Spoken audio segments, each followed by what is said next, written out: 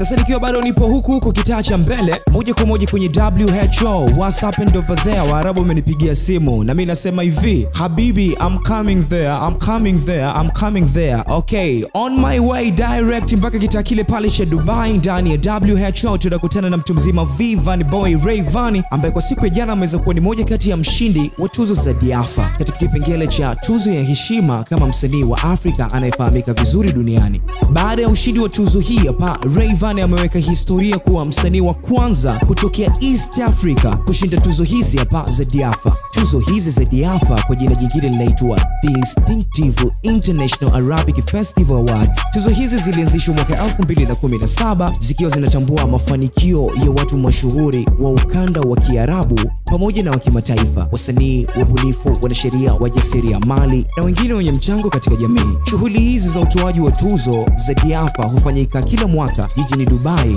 nchini United Arab Emirates. Na uzuri ni kwamba kamati za uteuzi wa tuzo hizi huundwa na waandishi wa habari kutoka eneo la ukanda wa Kiarabu pamoja na duniani kote. Hawa ndio wenye jukumu la kuchunguza pamoja na kutoa tuzo kwa wale wanaostahili.